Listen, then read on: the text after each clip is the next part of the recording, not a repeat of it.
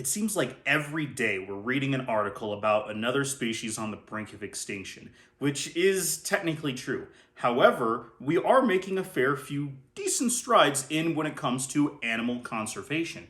Most of the time, most people think of things like rhinos or elephants or tigers, but not a whole lot is really known about reptile conservation because reptiles, let's face it, always get put the wayside. So today I want to talk about 5 different cases of times that animal conservation actually helped take care of reptiles or are making strides of getting herpetofauna back from the brink of extinction. So to start things off with, we're going to talk about a species near and dear to my heart, and that's the American alligator. The American alligator is not only the largest reptile in North America, but honestly, they are a huge symbol and part of our culture here in this country.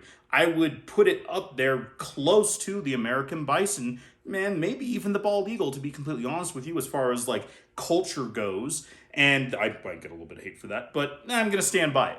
The American alligator used to be very abundant, found across a bunch of different states around the southeastern part of the country. However, because of essentially overhunting, because of both meat and the skin trade predominantly of all the different skin of alligator skin, purses, boots, hats, everything, they actually got put on the endangered species list back in 1967, which is very shortly after the Endangered Species Act was passed, essentially.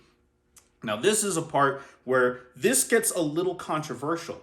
What happened was, in cooperation with private individuals of farms and ranchers, as well as working with conservationists and fish and wildlife services, individual farms of alligators were set up and bred for essentially commercialization as well as reintroduction. And by commercialization, what I of course mean is we were breeding alligators in a farm for the meat and the skin trade. And this is the part where I said it's controversial.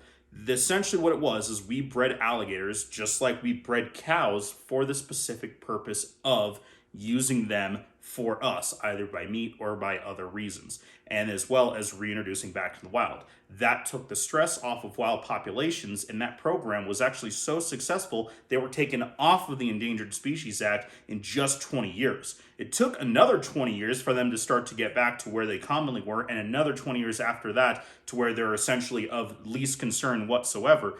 But this is a really good success story of us actually implementing a plan and putting it forward to take the stress off of wild populations of what is in fact a keystone species, an apex predator, and an amazing part of the ecosystem and biodiversity here in this country. I just talked about one of the biggest species of reptiles in the world, and certainly this hemisphere. Now let's talk about some of the smaller ones. In this case, I'm talking about the bonito gecko. Now, the bonito gecko is actually a tiny little lizard. It's only about an inch to an inch and a half long, so smaller than even so around the size of the dwarf yellow-headed geckos. These guys are found on a tiny little island off the coast of Puerto Rico called Bonito. Now, back in 1982, these guys were put on the endangered species list because, like a lot of ecosystems, but especially island ecosystems, they are very susceptible to invasive species and human encroachment. And that's exactly what happened. Black rats were introduced to the island and wiped out huge populations of not only the bonito gecko, but a lot of other species. And so they decided to enact a campaign, essentially, both with the island government as well as actual Puerto Rico, mainland Puerto Rico, to have a campaign to eradicate the rats off the island. A couple ones were put into place back in the 90s, and then as of in 2014, they announced that the island was rat-free. And then in 2019, the bonito gecko was taken off of the endangered species list. And then as of 2021, they estimate there were well over 7,600 geckos back on the island of Bonito. So this was a case of essentially eradicating an invasive species, which I know sounds really kind of icky to some people, especially as snake lovers, especially in cases like, South Florida, where they have the Burmese pythons, the Nile monitors, boa constrictors, yada, yada, yada. And in all honesty, the probably easiest way to relieve those stresses are to actually eliminate those invasive species that they didn't ask to be there, but it is a little bit more difficult in cases like Florida, but we're a small island like Bonito. It ended up being a very successful campaign to eradicate invasive and bring back animals on the brink. Some of you reptile people out there knew that I couldn't talk about a reptile comeback story without bringing up this lizard, and that is the Grand Cayman Island iguana, or the Grand Cayman blue iguana. These guys are breathtaking. A member of the Cyclura family, which is the rock iguanas, so the Cuban iguanas, the rhinoceros iguanas, those big, giant, bright blue lizards with the males having those big, bright eyes. Absolutely amazing, stunning animals. However, because of us, they were almost gone. So in the Grand Cayman Islands, there was a whole lot of human expansion. So they felt a lot of threat because of dogs, cats, livestock hit on the road by vehicles and illegal poaching for both meat and for the pet trade. In fact, it was so bad that they were considered functionally extinct in 2002. And they estimated only around a dozen to 24 iguanas were left in the world, period. So, undertaking a huge task, the Grand Cayman Island government partnered with U.S. zoos and private individuals to enact a species survival plan, and they have done a remarkable job of captive breeding many little Grand Cayman Island iguanas. And in fact, in 2018, the 1,000th iguana named Renegade was back and reintroduced into a native reserve there. They set up a couple different native reserves on the islands. And so now they have documented that there is wild breeding going on. However, they do still need a lot of continuing education and to essentially spread the word, to let people know, to keep an eye out for tourists coming in, people on the islands doing their best to try to keep their dogs and cats out of roaming around and killing iguanas, as well as also now invasive green iguanas on the island, which can threaten them because essentially they can outcompete them for certain types of food. So continuing education and spreading awareness like this video, although probably not as far reaching as I would like it to be as other programs are absolutely essential. This next one is a little bit of a near and dear homegrown one for me. And this is actually one that I'm going to talk about, a species of frog. I know, it's crazy. And this is, in fact, the case of the Lake Titicaca frog. And I know what you're thinking. Jay-Z, you live in Colorado. What are you talking about? Hang on for a second. So the Lake Titicaca frog is actually the largest species of aquatic frog in the world. And they were found, of course, in Lake Titicaca in the country of Peru at incredibly high elevation at over 12,000 feet. So much higher than where I currently am too. And they are found at incredibly deep depths in that high lake as well, down to below 300 feet down. And when you look at this frog, in addition to just being kind of a really big one with really big eyes and kind of a funny looking face, they have all that wrinkly skin on them. That wrinkly skin is there to aid in their ability to absorb oxygen better in a very oxygen poor environment, both at high elevation, very deep down, not a very high oxygenated lake. Now, these guys are under a lot of pressure and are threatened because of essentially us again, because of collection from human population of the native populations there for eating and using for traditional purposes, although that one has been going on for a very long time, so I don't really feel it's as bad because it's been going on, but it's definitely worse now because of the real reason why, and that is pollution due to mining. A few years ago, there were thousands and thousands of Lake Titicaca frogs washed ashore dead because of pollution from mining operations going on.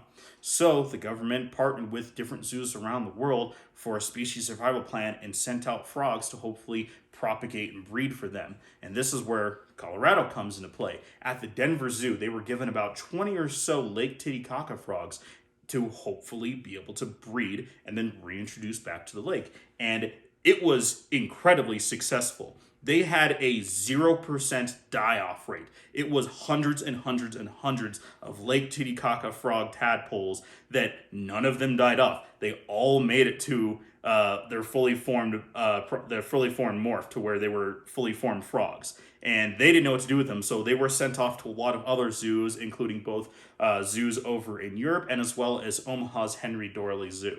So if anyone traveling around or watching this is in Denver or over in one of the other zoos in Europe, I think there's one in the UK or Omaha, check out these really cool species of frogs that it is still under a lot of pressure in their wild habitat. However, we are making great strides with absolutely amazing success of captive breeding. Last and certainly not least, the eastern indigo. And this is the part where I would have my eastern indigo again out, but unfortunately, she is in shed again. I don't know what it is for a fully adult, mature indigo snake who's 7 years old to be in shed what it seems like every other week. I know it's not, but it certainly seems like it. I don't know what's going on with her. But the eastern indigo, Drymarchon genus, the largest snake in North America, truly the lord of the forest, which is what Drymarchon means in Latin. These guys are amazing. However, in addition to being one of the largest snakes in the New World, largest in North America, they're also one of the most endangered. And that's because, again, yeah. So, because of habitat loss, fragmentation, killing, human encroachment, as well as poaching illegally for the pet trade, they've been on the endangered species list for a very long time. There actually haven't, as far as I know, and I'm in some of the circles of the eastern indigos, there haven't been any wild collected, even illegally eastern indigos for quite a long time. So, hey, good for that one. But because of all those reasons, we don't have a whole lot of them around. So different zoos, different foundations like the Orient Society and private individuals have done their best to try to make as genetically diverse populations in captive breeding as we can. It seems like the indigos and Drymarchon in general seem to be a little bit more susceptible to inbreeding issues than a lot of other reptiles. Like, we all know that, recessives concentrate, especially with like ball pythons and stuff, with the albinos. That's how we get like the no-eyed ones and like the bug eyes that are just attached to leucism. It's not necessarily inbred, but there can be some issues with that. And it seems like with snakes, it doesn't seem as bad, but with these guys, it does. There's a lot of issues with enlarged hearts, more prone to cancer, split belly scales. It's a whole thing. So they are doing a whole lot of effort to try to make as genetically diverse populations to be able to captively breed as well as to reintroduce them. And so now, because of that, we are finally starting to see animals in places where they haven't been seen in decades. And in fact, a place up in the Panhandle of Florida, one was recently spotted there, a wild one. It had never been tagged. It wasn't reintroduced. A wild eastern indigo was finally seen in part of their historical habitat after well over 20, 30 years, which is fantastic. In addition to all of this, they are working with private landowners to hopefully preserve patches of their very specific habitat.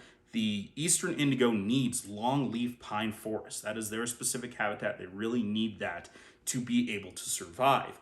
So they're working with private land companies to hopefully preserve, as well as old logging companies to preserve parts of their land and rewild it to regrow those longleaf pine forests to make better sustainable habitat, because all of the different habitats that they have reserved are very fragmented and it's hard for populations to actually be able to go across and spread.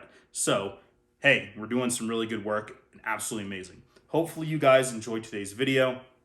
It was really fun to be able to talk about really some good news coming from the herpetoculture world. And so if you guys are at all interested in wanting to be a part of this, I will put some links down below in the description of this video of some different organizations that have done some really, really great work, including the Orient Society working with gopher tortoises, eastern indigos, Louisiana pine snakes, black pine snakes.